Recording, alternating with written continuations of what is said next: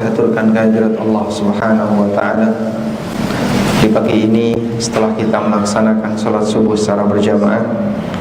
Allah berikan kita semangat untuk bareng-bareng belajar. Semoga Allah jadikan forum kegiatan kita diberkahi oleh Allah. Pada saat salat subuh, imam membaca satu firman Allah taala yang menggambarkan tentang nikmat ilmu yang Allah berikan kepada hambanya.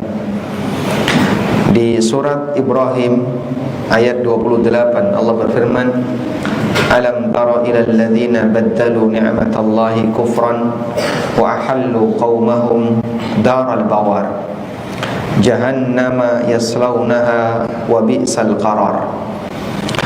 Alam tara ilal ladzina baddalu ni'matallah, tahukah kamu orang yang mengganti nikmat Allah kufran dengan kekufuran?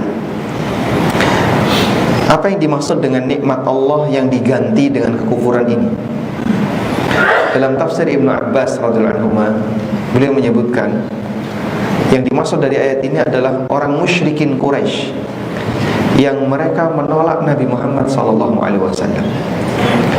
Padahal kehadiran beliau di alam ini adalah nikmat terbesar bagi umat manusia, sehingga mereka bisa mengenal mana halal, mana haram, mana tauhid, mana syirik, mana sunnah, dan mana ajaran yang tidak sesuai sunnah, mana kebenaran, mana kebatilan.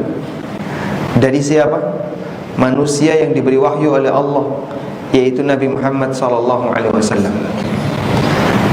Sehingga posisi beliau adalah nikmat terbesar bagi mereka.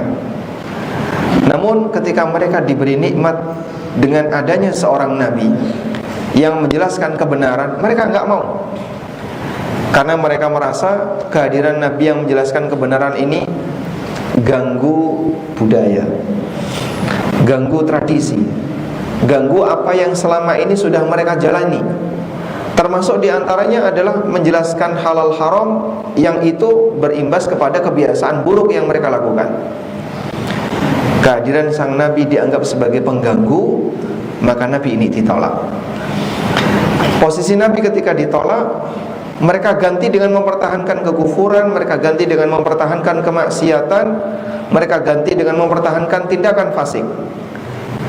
Maka Allah menyebut baddalu ni'matallah wa ahallu qaumahum daral bawar. Baddalu ni'matallahi kufran wa ahallu qaumahum daral bawar. Mereka mengganti nikmat Allah dengan kekufuran dan mereka menjerumuskan kaumnya daral bawar, ke negeri kebinasaan.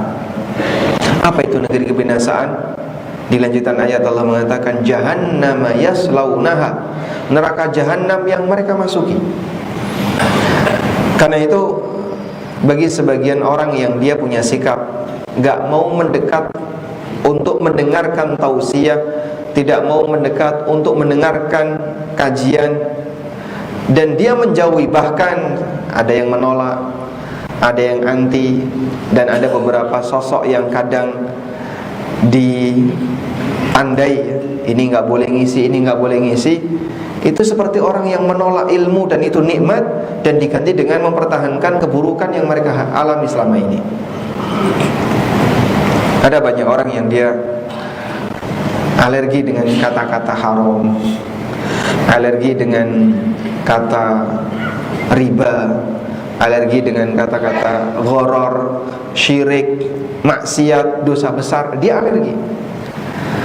Pak, kalau menyampaikan kajian yang adem-adem saja, yang menyejukkan, ya kira-kira temanya tentang masalah angin ya, atau hujan ya, jadinya adem. Apakah harus seperti itu seterusnya? Bukankah di sana ada aturan Allah? Yang aturan itu tentu saja berpembahasan tentang mana halal, mana haram, mana boleh, mana yang tidak boleh. Berkaitan dengan masalah akidah, di situ ada akidah yang lurus dan ada akidah yang menyimpang, ada tauhid, ada syirik. Karena nggak semua orang mereka sanggup untuk mendengarkan kalimat yang menurut dia itu bertentangan dengan kebiasaan buruknya. Karena itu Bapak Ibu yang dimuliakan Allah, ketika Allah buka siap menerima aturan apapun, baik terkait pribadi kita, keluarga kita maupun yang lainnya. Alhamdulillah, semoga ini salah satu di antara pintu hidayah. Karena tidak semua orang sanggup untuk menerima semacam ini. Selanjutnya, Bapak Ibu yang dimuliakan Allah Subhanahu wa taala, kita mau membahas seperti yang tadi disampaikan dalam pengumuman tentang ekonomi syariat dalam keluarga di era digital. Saya sempat tanya sama panitia, nanti arahnya seperti apa? Ya pokoknya memberikan penjelasan tentang bagaimana cara transaksi yang benar berekonomi syariah ketika berpendapatan, terutama di era digital. Baik, mungkin saya tidak menyinggung terlalu dalam berkaitan dengan bisnis online, halal haram bisnis online, tapi kita lebih kepada membangun kesadaran untuk membatasi diri dengan yang halal terlebih dahulu. Kemudian nanti kita sebutkan beberapa istilah atau beberapa transaksi bermasalah. Bapak Ibu yang dimuliakan Allah Subhanahu wa taala, kita diajarkan satu prinsip bahwa semua yang kita lakukan pasti akan dihisab.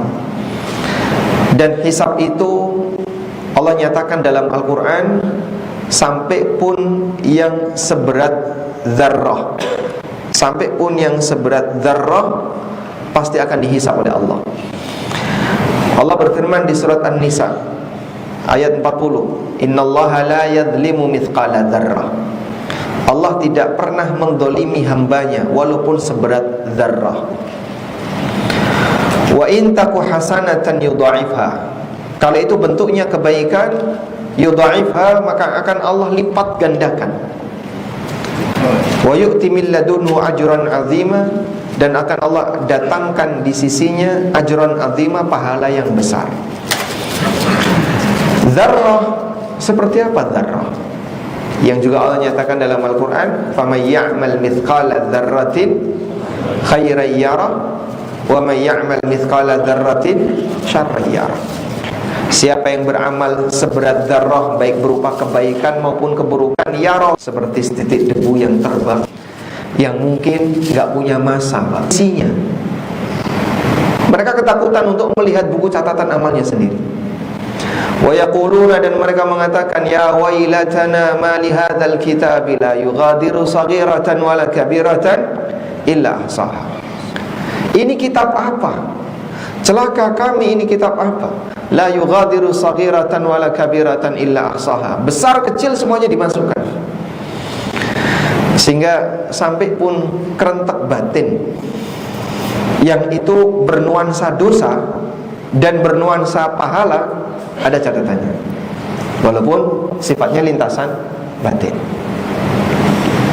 Karena itu, menyadari akan hal ini, kita seharusnya sudah membangun kewaspadaan.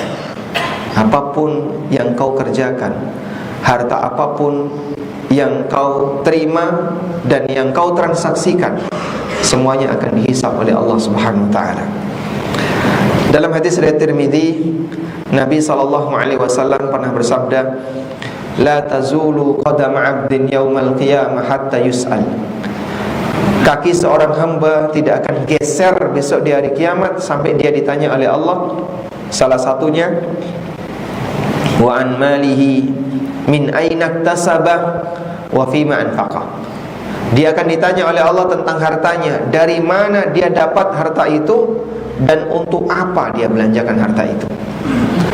Sehingga dalam masalah harta, hisabnya berapa, Pak? 2. Dalam masalah harta, hisabnya ada 2. Pertama apa? Asal dari mana dia dapat. Yang kedua, untuk apa. Makanya kalau kita sudah mendapatkan harta yang halal, walhamdulillah, satu tahapan kita mendapat hisab yang baik insyaallah. Tapi masih ada tugas yang kedua, pastikan cara penggunaannya benar. Karena menggunakan harta juga akan dihisab oleh Allah Subhanahu.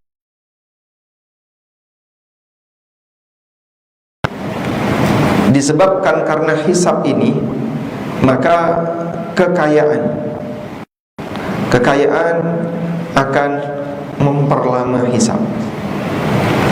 Dan karena sebab inilah Nabi SAW bersabda, membandingkan antara orang miskin muhajirin dan orang kaya muhajirin, sama-sama punya amal hijrah.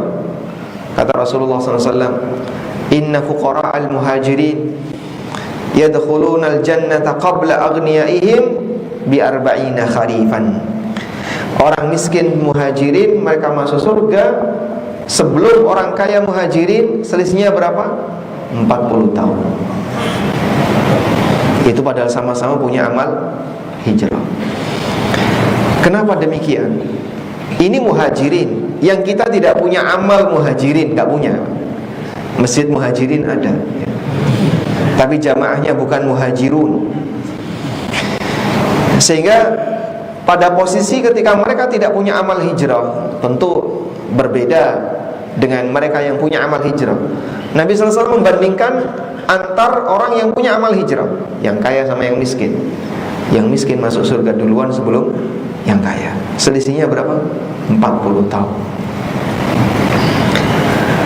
Dan itu sebabnya adalah karena dia harus menjalani hisab yang lebih panjang. Karena dengan adanya kekayaan, dia harus menjalani hisab dari mana dia dapatkan dan untuk apa dia gunakan. Oleh karena itu jamaah dimulakan Allah, dulu ada sebagian ulama yang mengatakan, kalau nggak salah ini adalah pesan yang disampaikan oleh Abu Darda. Beliau merasa terheran ketika ada orang yang iri dengan orang yang lebih kaya. Berarti dia iri dengan orang yang hisabnya lebih lama. Anda kalau ujian pengen cepat keluar atau lama keluar? Misalnya dikasih dua pilihan, ini ada dua ruang ujian. Yang ruang kanan soal pilihan ganda, yang ruang kiri uraian. Anda pilih yang mana? Yang pilihan ganda. Pilihan ganda 100 soal, uraian 2 soal. Pilih mana? Uraian. Jadi secara umum kita saja ketika di dunia itu nggak seneng kalau diinterogasi, banyak ditanya. Apalagi kemudian itu menentukan apakah nanti kita akan selamat atau dihukum. Sehingga misalnya di meja pengadilan, lalu kita diminta untuk menyampaikan data, salah dihukum misalnya. Itu kan kita akan menyampaikan dengan penuh hati-hati. Dan interogasi itu biasanya lama sekali. Biasanya orang kalau diinterogasi sampai jam berapa? Bisa sampai jam 1 malam, sampai jam 2 malam, ditanya, ditinggal, ditanya, ditinggal, sampai jam 1 malam. Gimana caranya biar orang ini stres, ketika stres jawabnya ngawur. Subhanallah, itu baru di dunia. Bagaimana dengan di akhirat jemaah? Di akhirat interogasinya jauh lebih pelik, sampai yang detail kecil-kecil dia akan melihatnya tercatat dalam buku catatan amalnya, termasuk dalam urusan harta. Maka sungguh sangat berbahaya kalau kemudian orang mendapatkan harta haram karena karakter dunia. Kata Ali bin Abi Thalib, halaluhu yuhasab wa haramuhu yu'adzab. Yang halal dihisab, yang haram diazab. Gak ada pilihan yang ketiga. Anda mau ngambil yang mana? Yang halal dihisab, yang haram diazab. Pilihan yang ketiga ada nggak Pak? Pilihan ketiga apa Kak? Maunya gimana? Ya nggak diazab, nggak dihisab, nggak ada. Karakter dunia seperti ini. Tsumma latus'alunna yawma idzin 'anil na'im. Kemudian besok di hari kiamat, sungguh kalian akan ditanya oleh Allah tentang kenikmatan yang Allah berikan kepada kalian. Sementara jamaah belakang Allah, ada dua yang perlu Anda bedakan. Ada pendapatan, ada rizki. Saya mau tanya, apakah setiap pendapatan kita jadi rizki kita?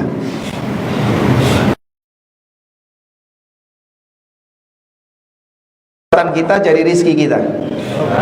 Ya? Tidak. Dari mana Anda bisa memastikan belum tentu jadi rezeki? Ya?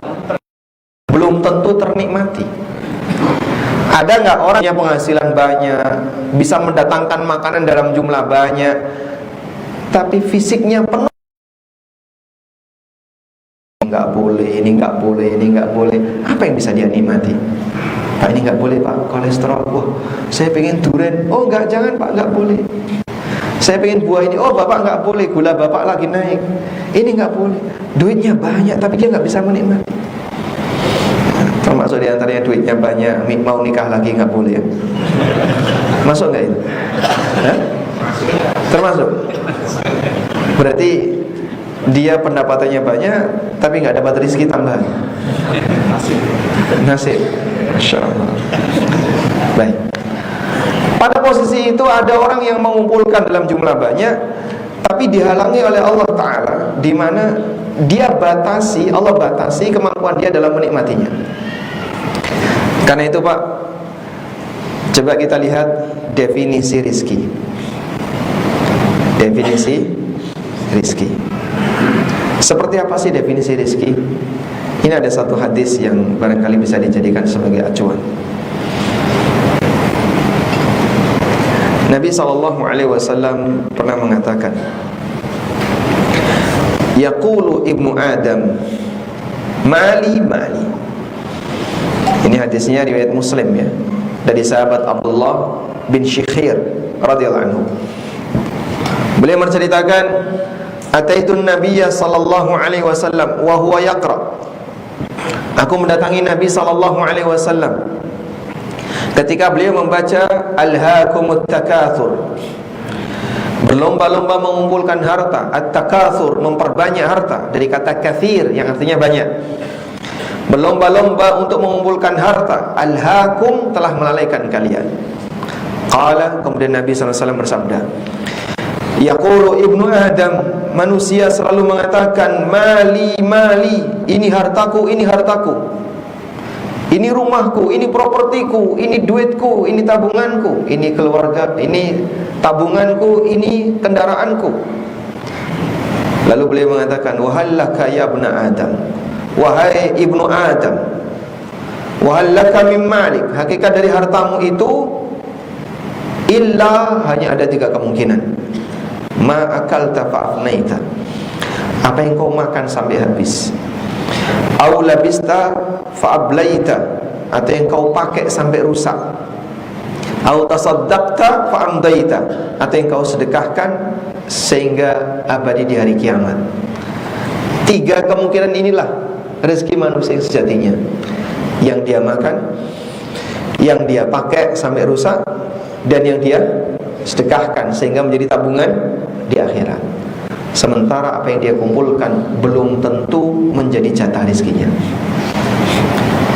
Ada orang misalnya Pak, dia dapat duit dalam jumlah banyak dengan cara yang haram, entah mengambil harta negara atau mengambil harta masyarakat, dipakailah. Biasanya kalau uang haram, nerimanya ketakutan atau enggak Pak? Ketakutan, jangan sampai ketahuan. Sehingga janjiannya di tempat yang tidak ada CCTV, tidak dikenal oleh orang sekitar. Ketemuan di kafe, ketemuan di warung. Transaksinya itu pun nggak mau transfer. Orang zaman sekarang kalau bawa cash untuk puluhan juta, suruh ngitung, males. Nanti tolong bawakan cash ya Pak. Transfer aja Pak. Hari gini kok masih cash. Nggak, saya maunya cash. Pak, cashless aja. Nggak, saya maunya cash. Jadi transaksinya saja harus cash. Kenapa? Dia ketakutan ketika menerimanya. Saat menerimanya, mungkin dia lihat kanan kiri, aman nggak ya? Aman, baru dia bawa. Itu pun nggak dia yang bawa, dititipin sama orang lain. Ketika dititipin sama orang lain, tentu saja ada bagian orang itu.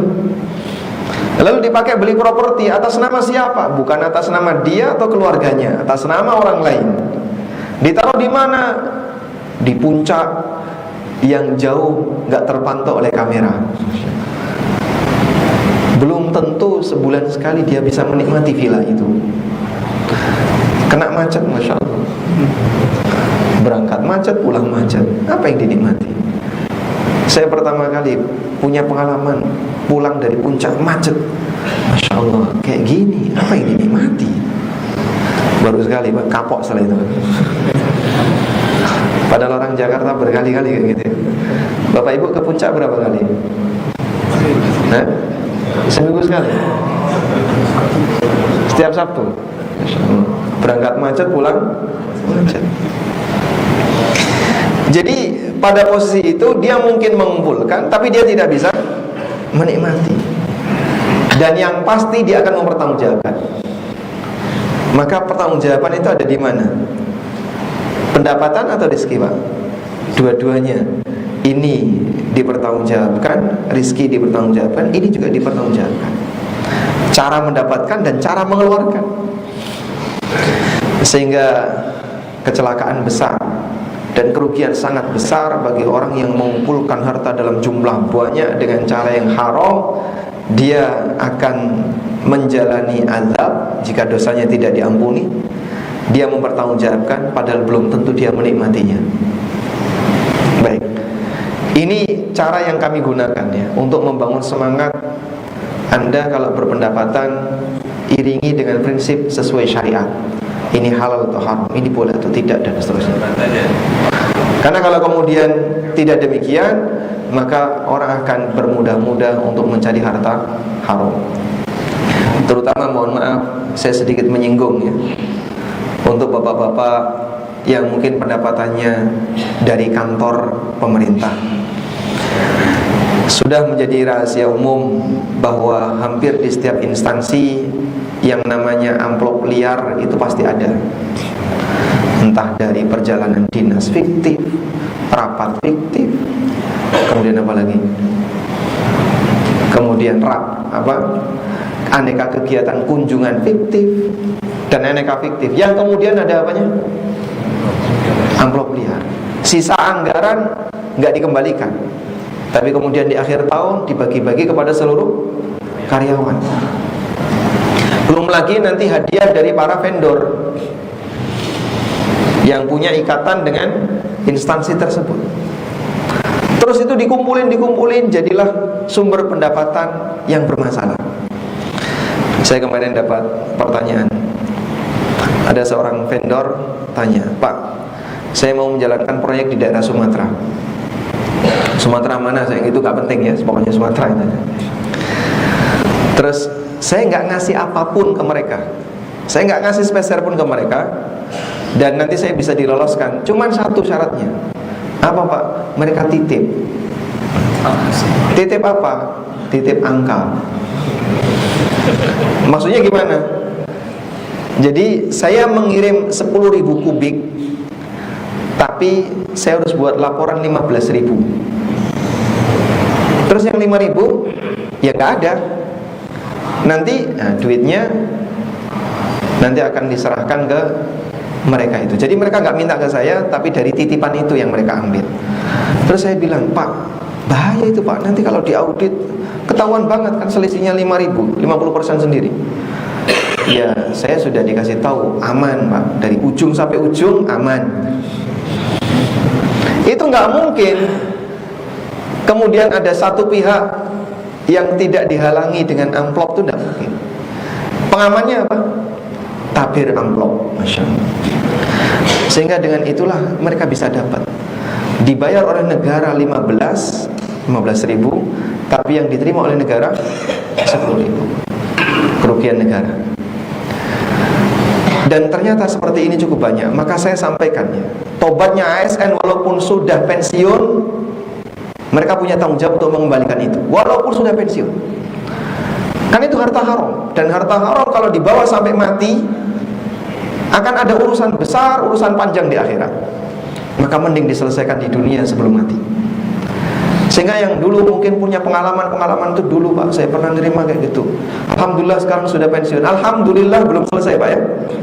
Itu masih koma.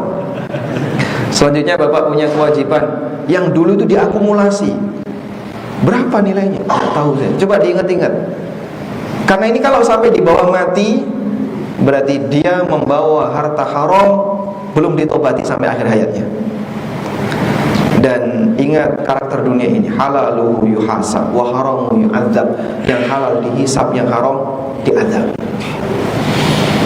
Dan alhamdulillah kemarin saya ketemu dengan salah satu ASN yang sudah tobat dengan seperti ini. Kemudian beliau mau menitipkan hasil akumulasi harta itu.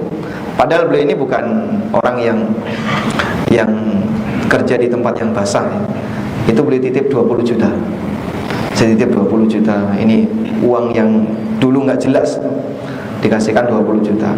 Untuk apa? Nanti kemaslahatan kaum muslimin, terutama orang-orang miskin yang dalam undang-undangnya gimana? Orang miskin dan anak terlantar dipelihara oleh, berarti kan mereka punya hak dari negara. Atau dipakai untuk fasilitas umum, jalan yang tidak tersentuh anggaran negara, nanti Anda bisa berikan ke sana sehingga jalan itu bisa dibaikin dengan anggaran-anggaran yang dulu mungkin liar dan tidak kelihatan. Baik, semoga ini bisa memberikan motivasi bagi kita untuk lebih hati-hati dalam mendapatkan harta. Selanjutnya kita berbicara tentang masalah era digital.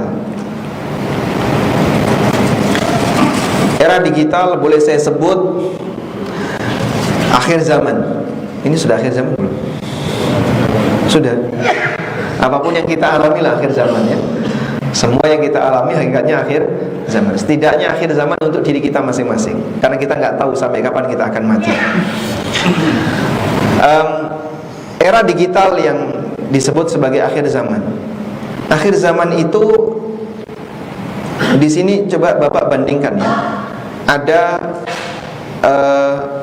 perkara dunia, ada perkara agama. Semakin akhir zaman, yang semakin baik yang mana Pak? Dunia atau agama? Ya, dunia. Jadi untuk urusan dunia, manusia itu semakin meningkat di akhir zaman. Kesejahteraannya makin meningkat, kekayaannya makin banyak, makin berlimpah. Di akhir zaman makin meningkat. Sebaliknya dalam urusan agama, semakin akhir zaman makin mengalami penurunan. Makin jauh dari kebenaran, makin merebak aneka maksiat, makin merebak aneka kejahatan yang mungkin dulu nggak kepikiran. Model kejahatan baru muncul belakangan. Dulu nggak ada, sekarang ada. Itu kan banyak sekali. Sehingga kreativitas manusia untuk berbuat jahat makin ke sono, makin ke sini. Kreativitas manusia untuk berbuat jahat makin banyak, sejalan dengan kemajuan zaman. Dan Nabi SAW pernah menyebutkan itu dalam hadis beliau, la taqumus sa'ah hatta, tidak akan terjadi kiamat sampai muncul beberapa fenomena. Yang pertama, hatta yuqwadal ilmu. Yang pertama, ilmu dicabut. Ilmu dicabut dengan cara apa? Orang yang berilmu makin sedikit, ulamanya makin sedikit, ilmu dicabut. Kematian ulama itu sama dengan berkurangnya ilmu. Sebagaimana sabda Nabi SAW, innallaha la yanzi'ul ilma intiza'an wa innama yanzi'ul ilma biqabdil ulama. Allah tidak mencabut ilmu dengan kemudian dicabut dari ingatan orang. Yang sebelumnya hafal jadi hilang, ngerti jadi lupa. Tidak. Tapi dicabutnya ilmu dengan diwafatkannya ulama. Fenomena yang kedua, wa tadharal fitan, fitnah makin merebak, sehingga di mana-mana orang menghadapi banyak ujian. Yang ketiga, wa yakthural haraj, semakin banyak kejadian al-haraj. Apa itu? Al-qatlu, aneka pembunuhan. Coba kita tuliskan hadisnya.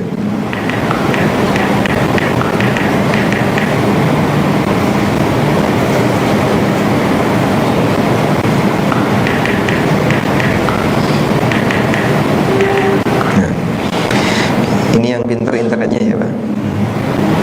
Jadi dia bisa cepat mencari hadis sehingga bisa kita jadikan sebagai acuan.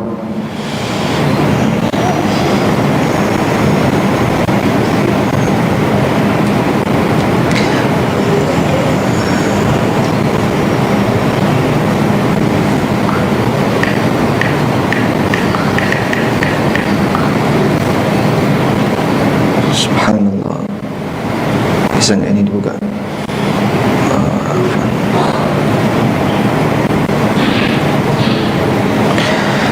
Jadi Rasulullah Sallallahu Alaihi Wasallam menyebutkan tentang realita yang akan terjadi di tengah umatnya. Tidak akan terjadi kiamat sampai terjadi banyak fitnah. Wa yakthurul kadzib, ada banyak kedustaan. Wa yataqarrabul aswaq, pasar berdekatan. Wa yataqarrabuz zaman, dan waktu itu berdekatan. Waktu berdekatan gimana? Rasanya cepat berlalu. Ada sebagian ulama yang mengatakan maknanya adalah keberkahan waktu itu hilang. Keberkahan waktu itu hilang. Sehingga kita belum banyak beramal, tapi seperti cepat sekali berlalu. Coba di antara kita yang menghasilkan karya seperti ulama masa silam itu kan nggak ada, Pak. Ada orang yang punya buku sampai ratusan jilid. Itu nulisnya kapan? Karena keberkahan ilmu ulama itu sangat besar. Wa yakthurul haraj, dan banyak terjadi al-haraj. Kila, ada yang bertanya, wa mal haraj? Apa yang dimaksud dengan al-haraj? Al-qatlu, pembunuhan. Tiba-tiba ada nyawa hilang tanpa alasan. Ini kenapa mati? Tidak tahu. Mati tanpa alasan. Nyawa hilang tanpa alasan. Bukan karena kecelakaan ya. Terjadi karena kesengajaan orang yang bertindak kriminal. Ada orang membunuh. Demikian kondisi di akhir zaman.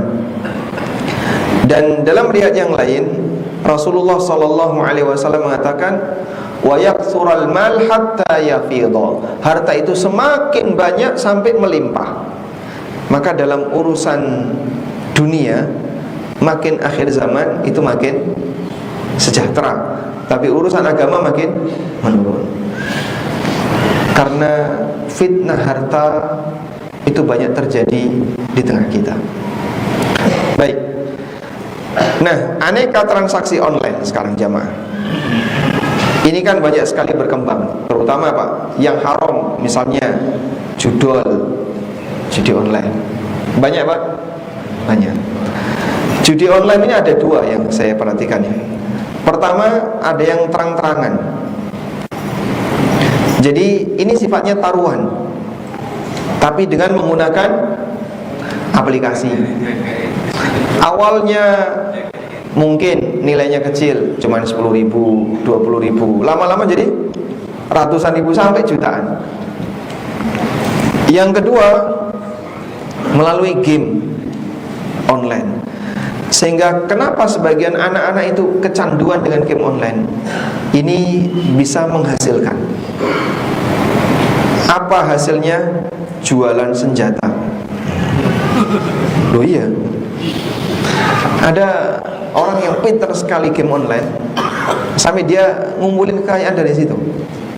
Jadi kalau dia nge-game, berhasil membunuh, dan terus dapat apa? Hadiah senjata. Terus dapat hadiah lagi. Bahkan sampai dapat hadiah tawanan. Sampai dapat hadiah tawanan. Dan bahkan tawanan itu perempuan. Ini dapat perempuan, dapat wanita, tapi dalam nuansa online ya. Terus nanti bisa dijual. Jadi ada jualan budak, ada jualan senjata, jualan baju perang, itu di game online. Dari sini mereka bisa dapat duit, Masya Allah. Dan itu judi ya. Mirip seperti kita dulu kan, main kelereng ya, menang, terus dibeli sama temennya, dapat duit. Main lagi, menang lagi, dibeli sama temennya, kayak gitu ya. Apa itu? Aslinya judi, Pak. Karena ada taruhan di sana. Nah, kalau seperti ini kita nggak peduli, kita biarkan saja, bahaya. Demikian pula fenomena pinjol, Masya Allah ya. Pinjol ini demikian mudah untuk bisa didapatkan. Karena persyaratannya tidak melalui BI checking. Pakai BI checking nggak? Hah? Tidak, verifikasinya sangat mudah. Cukup kirim foto KTP, kemudian install aplikasi, lalu accept, kemudian setuju, bisa dapat pinjaman. Tapi mungkin dia tidak melihat konsekuensinya. Dia diteror kalau kemudian nggak bayar. Dan Masya Allah, riba pinjol sama riba bank yang punya ATM gede mana? Pinjol. Mudah didapat tapi ribanya besar. Dan ya kita sedikit kecewa ketika ada sebagian kampus yang menyarankan mahasiswanya untuk melakukan praktek pinjol. Padahal ini jelas riba. Ini jelas riba. Dua ini jamaah, baik judi online maupun pinjol, sudah menghilangkan nyawa. Banyak orang yang bunuh diri gara-gara dua ini. Sehingga dia terlilit pinjol dalam jumlah banyak sampai dia bunuh diri. Terlilit judi online kalah dalam jumlah banyak, masuk penjara. Ada yang kemudian bunuh diri dan seterusnya. Nah, kita mohon kepada Allah semoga ini bisa diselesaikan.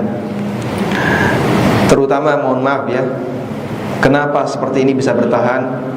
Karena ada yang melindungi. Makanya ini dilaknat oleh Nabi sallallahu alaihi wasallam. Dalam sebuah hadis yang sahih, Rasulullah sallallahu alaihi wasallam mengatakan, "La'anallah man awa muhditsan aw muhdatsa." Allah melaknat orang yang melindungi pelaku kriminal. Jadi kalau pelakunya saja dibiarkan, dia akan berhadapan dengan masyarakat, ketakutan dia. Tapi ketika ada yang melindungi, dia makin berani, punya ruang, punya angin, sehingga dia merasa aman, gak bakalan saya ditangkap ya.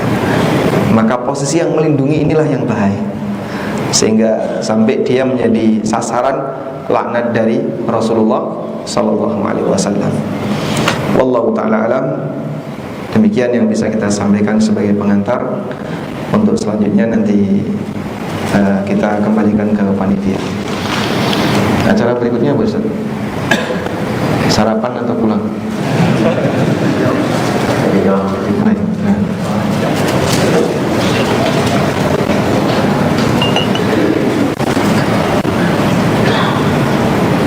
Baik. Assalamualaikum warahmatullahi wabarakatuh. Waalaikumsalam warahmatullahi wabarakatuh. Ada kawan atau teman saya yang istrinya masih bekerja di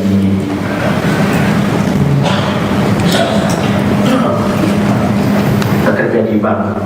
Pertanyaannya, apakah si suami ini ikut menanggung dosa istrinya, sedangkan dia sudah berusaha Sudah ada isinya. menasehati istrinya. Demikian.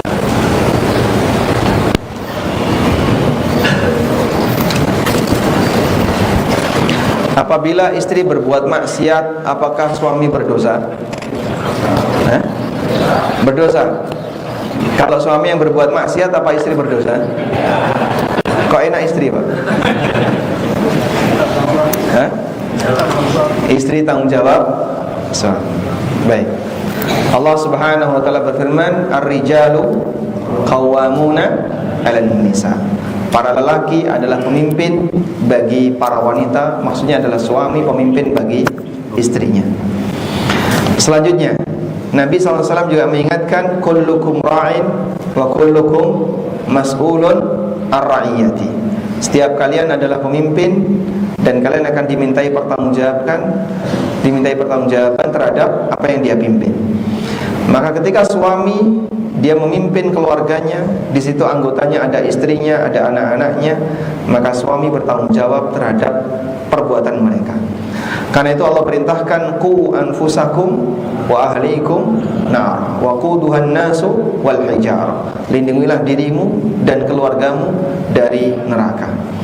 Sehingga ketika istri berbuat maksiat, lalu suami membiarkan, dia berdosa. Karena dia punya tanggung jawab untuk mengingatkan mereka meninggalkan maksiat jika membiarkan. Tapi kalau suami tidak membiarkan, mengingatkan, bahkan ngasih ancaman dan seterusnya, tapi istri tidak berkutik, tetap bertahan, maka kewajiban suami sudah gugur. Kecuali ini, maksiat istri. Sebutkan daftar maksiat istri. 1. Arisan. Apa daftar maksiat istri, Pak? Ada maksiat yang sifatnya pribadi, ada maksiat yang kaitannya dengan kehormatan. Yang sifatnya pribadi, hubungan dia dengan Allah, transaksi riba, kemudian ghibah, terus apa lagi? Istri ghibah pernah nggak Pak? Coba jamaah yang istrinya nggak pernah ghibah angkat tangan. Hah? Nggak ada. Insya Allah pernah semua. Bahkan ngajak suaminya ghibah. Baik. Nah, untuk maksiat seperti itu, untuk maksiat yang sifatnya pribadi, suami punya tanggung jawab mengingatkan. Kamu nggak boleh kayak gitu, kamu dilarang seperti itu, jelaskan hukumnya dan seterusnya. Begitu ya. Kadang misalnya istri gibah, yang digibah temennya, terus suaminya ngingetin, kamu nggak boleh kayak gitu, malah istrinya marah. Bapak ini malah belani teman saya. Padahal maksudnya agar tidak gibah temannya. Bahkan bisa jadi cemburu karena sama-sama ahwa. Misalnya istrinya gibah janda sebelah rumah, terus suaminya melarang, kamu nggak boleh kayak gitu, itu gibah. Loh, kok malah belani janda? Jadi enaknya gimana kalau kayak gitu? Makanya suaminya bingung ini, mau melarang gibah dikirani jatuh cinta sama janda, padahal maksudnya biar dia tidak gibah. Baik. Nah, yang seperti itu kalaupun misalnya terjadi, karena kan berkali-kali ya, maka jika suami sudah mengingatkan, dia tidak berdosa. Yang kedua, maksiat terkait kehormatan. Dia gampang disentuh orang.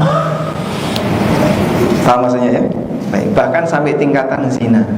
Kalau seperti ini nggak boleh ditoleransi. Ini pilihannya, kalau sudah sampai zina dan suami tidak menceraikan, dosa. Tapi Pak, saya sudah ngingetin. Nggak cukup ngingetin. Kalau istri zina, suami tidak menceraikan, dosa. Disebut dengan dayyus. Ada istilah dayyus. Rasulullah SAW pernah menyebutkan, salasun la yadkhulul jannah. Ada 3 orang yang enggak masuk surga.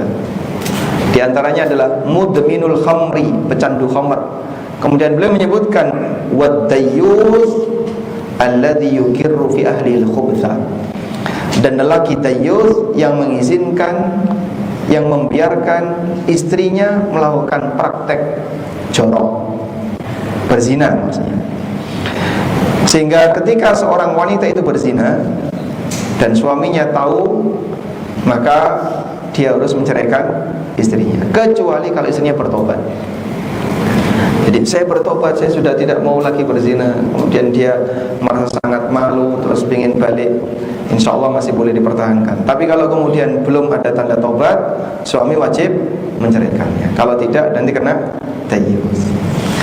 Nah, berarti kalau riba, yang mana riba? Yang atas ini ya. Ini dosa besar. Oleh karena itu, Anda berhak untuk mempertahankan, dan Anda berkewajiban untuk mengingatkan. Jika sudah diingatkan, kewajiban suami gugur. Ya mungkin perlu sedikit gertakan. Kalau kamu tidak resign, saya akan cari yang lain. Masya Allah. Gimana itu kalau kayak gitu? Nah, maksudnya cari pekerjaan yang lain ya. Wallahu a'lam. Silakan. Baik Ustaz. Pertanyaan berikutnya. Assalamualaikum, izin bertanya Ustaz. Waalaikumsalam warahmatullahi wabarakatuh. Saya bekerja freelance sebagai tukang gambar bangunan. Saya hanya dibayar jika saya menggambar, tetapi bos saya melakukan suap kepada pegawai pemerintah ketika melakukan perizinan. Bagaimanakah status uang bayaran yang saya terima? Halalkah? Karena saya tidak tahu proyek mana saja yang bos saya suap. Jazakallahu khairan katsiran. Baik. Anda sebagai karyawan bekerja di sebuah perusahaan, lalu perusahaan ini bermaksiat, perusahaannya bermaksiat. Apakah karyawan turut menanggung dosa perusahaan yang bermaksiat? Tergantung. Jika dia berada di posisi yang terlibat dalam maksiat itu, misalnya turut memberi ACC, tanda tangan, ikut dalam rapat dan seterusnya, maka dia berdosa. Misal ya, perusahaan ini punya transaksi dengan bank riba. Dia melakukan transaksi riba. Nah, yang bertanggung jawab untuk menentukan apakah pinjamannya nilainya berapa, di ACC atau tidak adalah misalnya direktur keuangan dan stafnya. Maka mereka bekerja di perusahaan itu, padahal unit pekerjaan perusahaan ini halal. Misalnya perusahaan otomotif, manufaktur, atau perusahaan-perusahaan halal yang lainnya. Cuman mereka bermaksiat. Maka dalam posisi ini, jika karyawan tidak terlibat dalam maksiat itu, dia tidak berdosa. Itu maksiat orang lain, bukan maksiat dirinya. Pendapatannya halal nggak Pak? Insya Allah halal. Dia boleh bertahan. Ya? Karena itu kalau posisi Bapak sebagai karyawan dan perusahaan ini berbuat maksiat, insya Allah Bapak boleh tetap bertahan. Sehingga misalnya perusahaan kelas besar, kira-kira sogok nggak Pak? Kira-kira ya Pak? Menurut dugaan Anda sogok ya? Baik. Tapi Anda tidak terlibat dalam proses sogok menyogok itu. Anda di bagian produksi, di bagian apalagi misalnya di bagian yang tidak bersentuhan dengan sogok. Insya Allah gaji Anda halal dan Anda tidak berdosa. Wallahu a'lam. Baik Ustaz. Assalamualaikum warahmatullahi wabarakatuh Ustaz. Waalaikumsalam warahmatullahi wabarakatuh. Bertanya, ibu saya mewariskan rumah ke kami, maksudnya kakak dan saya kata, dengan tidak untuk dijual. Pertanyaannya, apabila ibu saya semisal sudah meninggal, lalu semisal saya dan kakak mempunyai kebutuhan untuk menjual rumah tersebut dengan alasan kami tidak memiliki rumah atau membagi dua untuk membeli tempat tinggal, apakah saya berdosa Ustaz? Terima kasih. Baik. Ada, ini Bapak sudah meninggal ya? Asumsinya Sudah Ustaz. baik. Misalnya di sini A sudah meninggal. Nah, rumah itu warisan A atau warisan B? Warisan Bapak atau warisan Ibu? Tidak disebutkan di pertanyaan. Tidak disebutkan. Saya disebutkan. Anggaplah misalnya itu warisan Bapak. Jadi Bapak meninggalkan rumah, ketika meninggal, berarti ahli warisnya siapa saja? B dapat 1/8, sisanya untuk anak. Anak ini dapat 7/8, kan begini ya? Baik. Nah, fenomena yang terjadi, istri yang cuma dapat 1/8 ini menguasai. Dia dapat lebih kecil, ini kan cuma 12,5%, tapi menguasai yang lebih besar. Gimana itu Pak? Dolim. Itu ibu yang dolim. Ini warisan ibu dari bapak. Lah anak-anaknya, ya tunggu ibu mati. Lah kapan?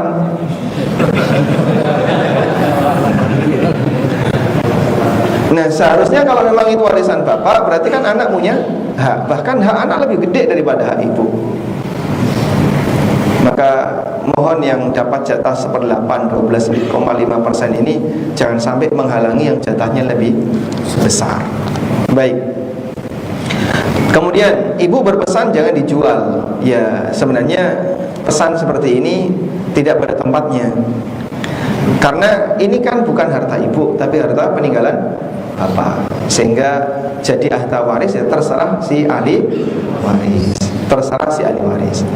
Karena itu insya Allah jika mau dijual atau disewakan, jatuh ke tangan orang lain, tidak masalah. Meskipun husnudzon bahwa maksud ibu biar anak itu tetap punya rumah. Kalau dijual belum tentu dapat gantinya. Makanya bisa jadi uangnya malah habis. Insya Allah. Ini apa? Alarm bangun tidur. Nah, jika demikian, nanti kalau mau dijual, pastikan ada penggantinya, biar anak-anaknya tetap bisa dapat tempat tinggal. Wallahu a'lam. Cukup? Sudah mulai sholat? Sudah boleh sholat suruh? Ya. Baik, demikian yang bisa kita bahas. Semoga Allah memberikan kita hidayah untuk selalu istiqomah di atas jalan kebenaran, termasuk termasuk dalam mencari harta yang halal. Wassallallahu ala nabiyyina Muhammadin wa ala alihi wa sahbihi wa sallam. Wa akhiru da'wana alhamdulillahi rabbil alamin. Wassalamualaikum warahmatullahi wabarakatuh.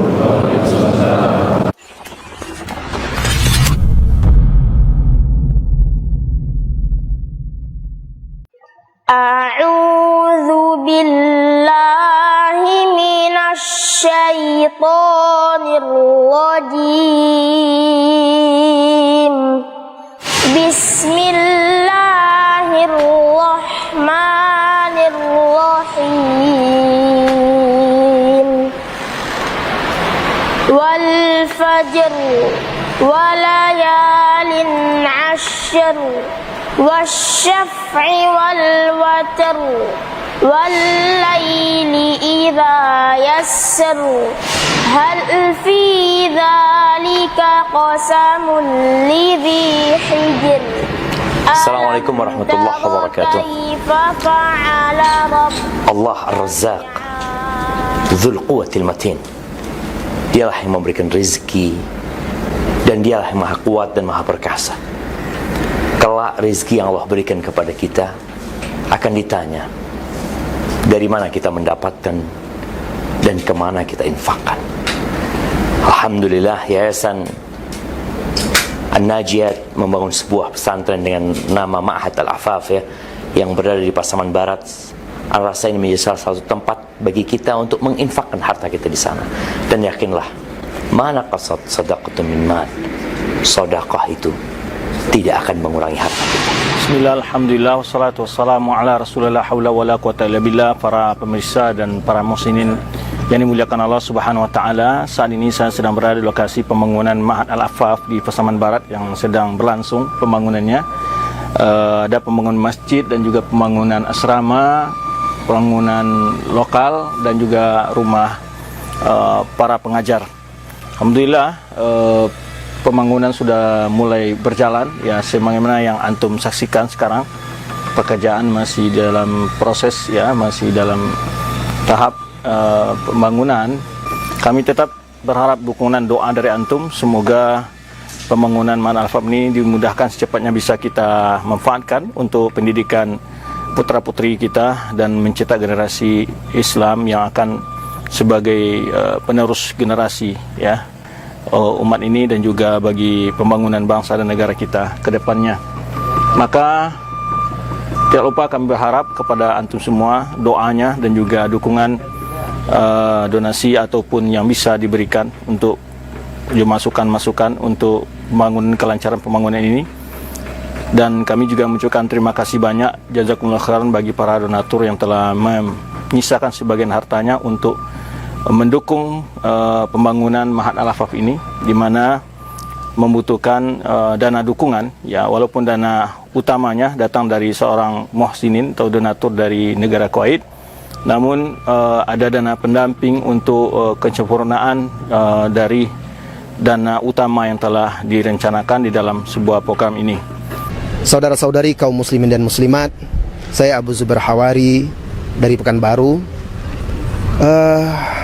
Bersama video ini saya ingin mengetuk pintu hati kaum muslimin dan muslimat untuk bersama-sama berjuang membantu pembangunan pondok pesantren Al-Afaf di Pasaman yang dibina oleh Ustadz Dr. Ali Musri Semjan dan juga Ustadz Desman Caniago.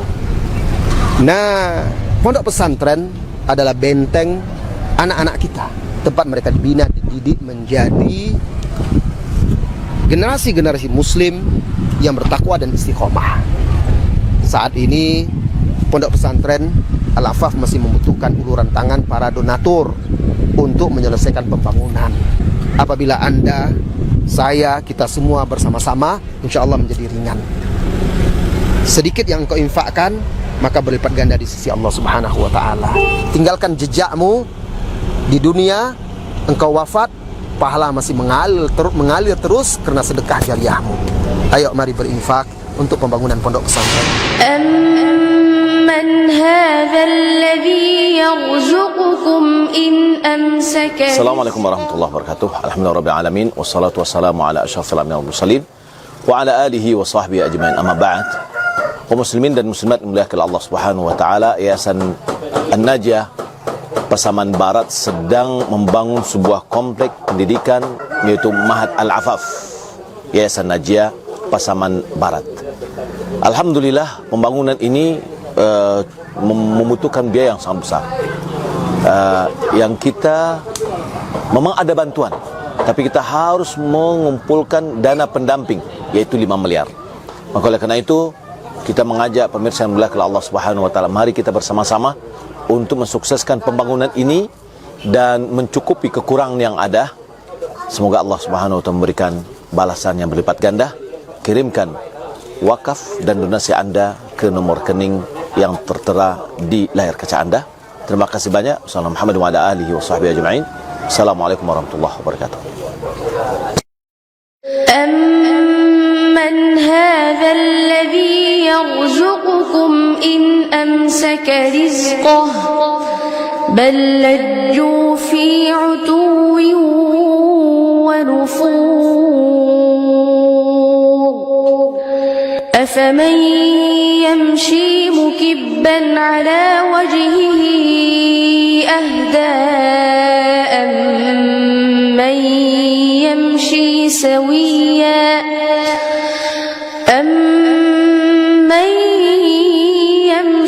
سويا على صراط مستقيم. للمتقين مفازا حدائق وأعنابا وكواعب Assalamualaikum warahmatullahi wabarakatuh. Kaum muslimin, kaum muslimat yang dimuliakan oleh Allah Azza wa Jal, Yayasan An-Najiyah di Pasaman Barat membutuhkan bantuan donasi Anda untuk menyelesaikan proyek pembangunan pesantren yang mendidik anak-anak kaum muslimin, kaum muslimat yang ada di Sumatera Barat dan provinsi yang berada di sekitarnya. Semoga amal jariah yang Anda berikan, berapapun rupiahnya, dicatat oleh Allah Azza wa Jalla sebagai amal soleh yang menyelamatkan kita, Anda dan semuanya di dunia dan akhirat. Assalamualaikum warahmatullahi wabarakatuh. Muslimin dan muslimat di mana saja antum berada, semoga senantiasa dirahmati Allah Subhanahu wa taala. Saudara kita kaum muslimin yang berdomisili di Pasaman Barat memiliki lembaga pendidikan Ma'had Al-Afaf yang dinaungi oleh Yayasan An-Najiyah Pasaman Barat. Sekarang mereka dalam proses pembangunan sarana ibadah, pendidikan dan juga asrama bagi santri dan juga tenaga pengajar. Oleh karena itu, pada kesempatan yang mulia ini kami mengajak kaum muslimin di mana saja berada untuk ikut berpartisipasi, memberikan yang terbaik dari kekayaan harta yang Allah curahkan pada kaum muslimin untuk membantu saudara-saudara kita di Pasaman Barat menyelesaikan proyek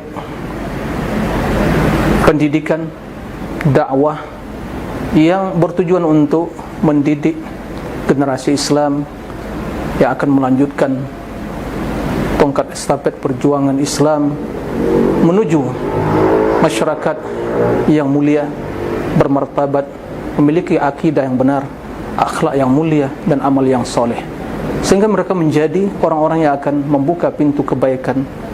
Mari kita bersama-sama ta'awun al-birri wat taqwa untuk mensukseskan proyek pembangunan Ma'had Al-Afaf Yayasan An-Najiyah di Pasaman Barat. Semoga Allah Azza wa Jalla membalas yang sedikit dari harta yang kaum muslimin donasikan, membalasnya dengan berlipat ganda yang akan menjadi tabungan akhirat kita semua di akhirat kelak. Demikian, mudah-mudahan Allah mengetuk pintu hati kita dan membuka tangan kita dan juga menggunakan Jadi jemari kita untuk bisa mentransfer apa saja yang mampu kita bisa transfer ke rekening yang telah disediakan oleh Yayasan An-Najiyah. Demikian, wassalamualaikum warahmatullahi wabarakatuh. Bismillahirrahmanirrahim. Assalamualaikum warahmatullahi wabarakatuh. Alhamdulillah Rabbil Alamin, wassalatu wassalamu ala ashrafil anbiya'i wal mursalin, Nabiyyina wa rasulina Muhammadin wa ala alihi wa ashabihi wa man tabi'ahum bi ihsanin ila yaumiddin. Saudara-saudari kaum muslimin, kaum muslimat dimanapun berada, yang semoga senantiasa dirahmati dan dimuliakan oleh Allah Subhanahu wa taala. Kita hidup di dunia dalam proses perjuangan dengan segala yang kita miliki, dengan tenaga, dengan waktu, dengan harta. Dan dengan harta, Al-Quran banyak berbicara, menganjurkan, mendorong kita untuk menyediakan harta kita, mempergunakan harta kita, walau seminimal berapapun kita punya. Kita diperintah oleh Nabi SAW untuk menjauh dari neraka. Kata Nabi, fattaqun nar walau bisyikki tamrah. Takutlah neraka walau hanya dengan sebelah dari satu butir kurma yang kamu punya. Sementara di sini saudara-saudara kita di Pasaman Barat ada sebuah pondok pesantren Al-Afaf di bawah Yayasan An-Najiyah, sedang proses pembangunan yang luar biasa yang nanti akan berkumpul di sana generasi muda kaum muslimin untuk belajar agama, untuk mengenali Allah, mengenali agama Islam, mengenali nabinya, kemudian mereka mengajarkan kepada yang lainnya. Dan sangat menarik bagi orang yang beriman untuk menyisihkan hartanya sementara mereka membutuhkan bantuan dari kaum muslimin. Maka saya, Aspri Rahmat Azai, menghimbau semua, siapapun kaum muslimin dimanapun berada, untuk bekerja sama, nata'awun 'alal birri wat taqwa, dengan saudara-saudara kita di sana, sehingga harta kita nanti akan kita lihat buktinya di mana Allah Subhanahu wa taala akan memperbanyaknya di hari akhirat. Bahkan satu butir kurma akan bisa menjadi sebuah gunung yang besar.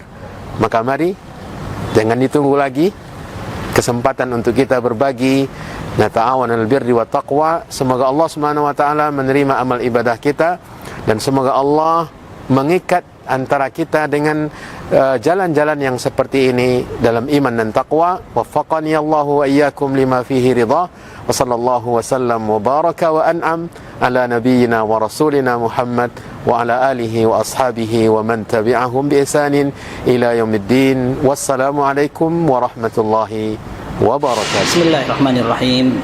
Alhamdulillah, wassalatu wassalamu ala rasulillah wa ala alihi wa sahbihi wa man wala, wa la hawla wa la quwata illa billah, amma ba'd.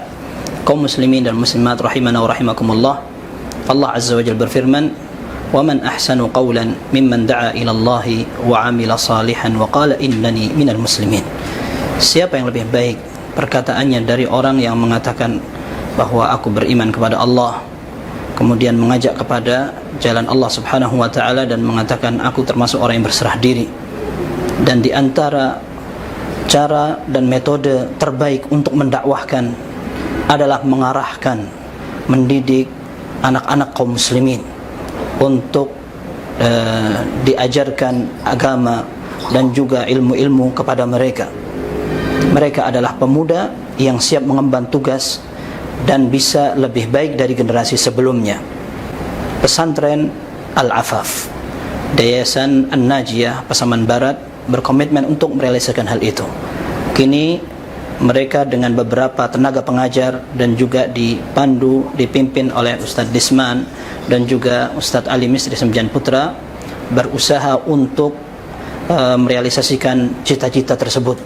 Pembangunan pesantren sudah mulai bergerak dengan beberapa partisipasi, kontribusi dari kaum muslimin, para donatur.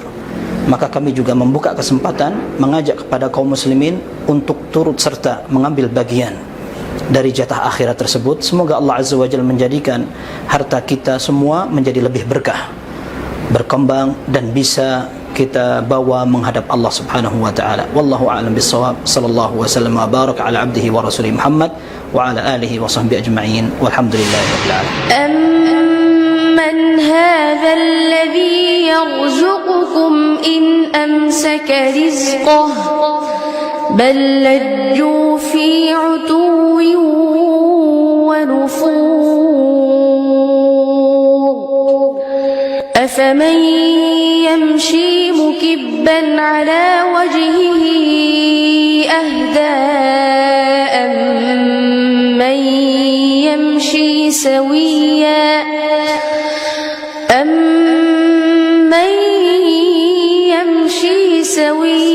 على صراط مستقيم.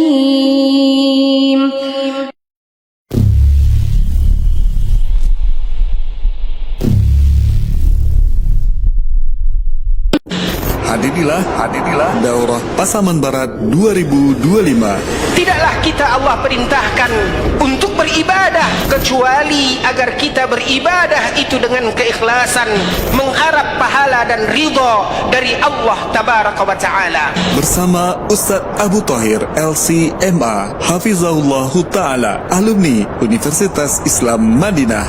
Tabligh Akbar hari Jumat 21 Februari 2025 Ba'da Maghrib dengan tema Sucikan Hati dan Tinggikan Akhlak. Daurah Fikih Ramadan Sabtu dan Ahad 22 dan 23 Februari 2025 dimulai pukul 8 pagi dengan sesi-sesi menarik hingga malam hari. Maka satu ibadah dan ketaatan yang dilakukan tanpa keikhlasan, sesungguhnya hal itu akan membuat ibadah tersebut ditolak oleh Allah Subhanahu wa Ta'ala. Lokasi acara Masjid Umar bin Khattab, Jalan Lingkar Tamiang, Simpang 4, Pasaman Barat, Sumatera Barat. Jangan lewatkan kesempatan berharga ini. Acara ini diselenggarakan oleh Yayasan An-Najiyah Divisi Dakwah, didukung oleh Najiyah TV dan Radio Pasaman FM 101,9. Jazakumullahu khairan.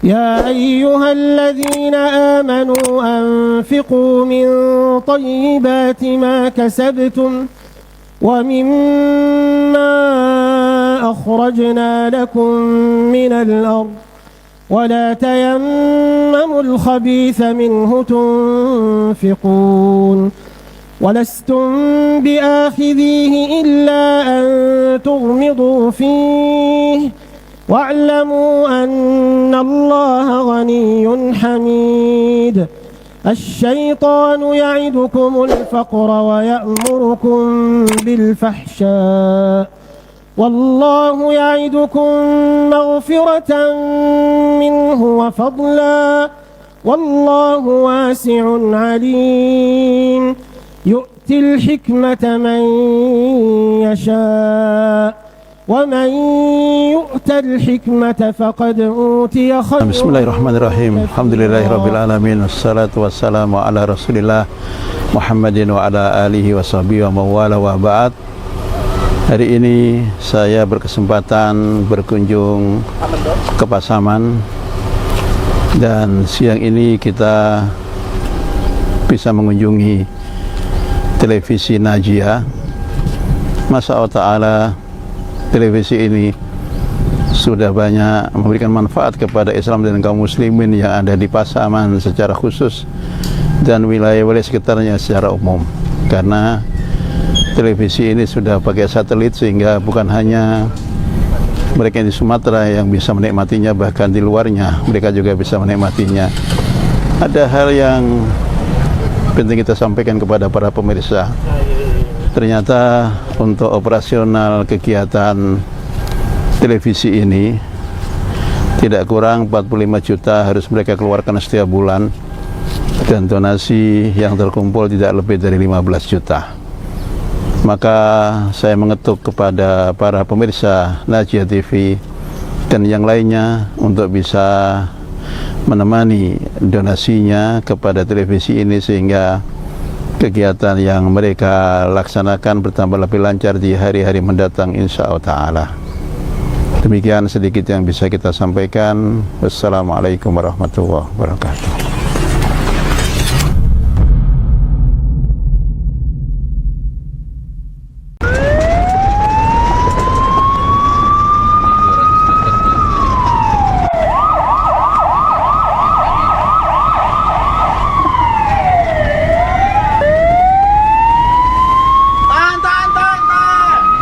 Bismillahirrahmanirrahim. Assalamualaikum warahmatullahi wabarakatuh. Sahabat Najia TV, kaum muslimin dan muslimat, al-mutabari'in wal mutabariyat dimanapun antum berada, azillahu wa yakum jami'an. Ana Abu Ziyad Desman, Ketua Yayasan Najia Pasaman Barat. Saat ini Ana menyampaikan kepada kita semua, di Pasaman Barat hari ini adalah sebuah daerah yang dimana rawan dari terjadinya musibah bencana, apakah musibah tanah longsor, musibah banjir, dan juga musibah-musibah lain yang gempa bumi yang terjadi beberapa yang lalu, dan juga akses dari kaum muslimin yang sangat susah mendapatkan pengadaan dari ambulan, ketersediaan ambulan yang sangat terbatas di Kabupaten Pasaman Barat, di mana jarak tempuh rumah sakit dari kota Pasaman Barat ini dari Sepang 4 ke Padang itu menempuh kurang lebih 3,5 jam, sementara ketersediaan ambulan sangat minim sekali. Nah, melihat kondisi ini, kita dari Yayasan Najia bermaksud untuk membantu kaum muslimin, untuk memberikan pelayanan kepada mereka dengan ambulan gratis yang kita sediakan untuk mereka melayani kebutuhan mereka dalam membawa keluarga mereka yang sakit ke rumah sakit, ya, dalam pengobatan, dan juga di daerah-daerah bencana yang sangat urgen untuk kita adakan. Maka ini sangat membutuhkan bantuan kita semua yang telah kita anggarkan hari ini kurang lebih dari 260 juta anggaran yang akan kita siapkan untuk pengadaan ini, dan sekarang sudah terkumpul 10 juta rupiah. Kami mengajak pemirsa semua, mari kita bersama-sama untuk berta'awun alal birri, infakkan harta yang kita miliki ini untuk donasi pengadaan ambulan gratis yang kita adakan dari Yayasan Najia. Semoga amal jariah yang kita keluarkan ini akan mengalir terus dan akan menjadikan pemberat timbangan hasanat kita di yaumul mahsyar kelak. Demikian yang dapat kami sampaikan. Akhul kalam, wabillahi taufiq wa hidayah. Wassalamualaikum warahmatullahi wabarakatuh.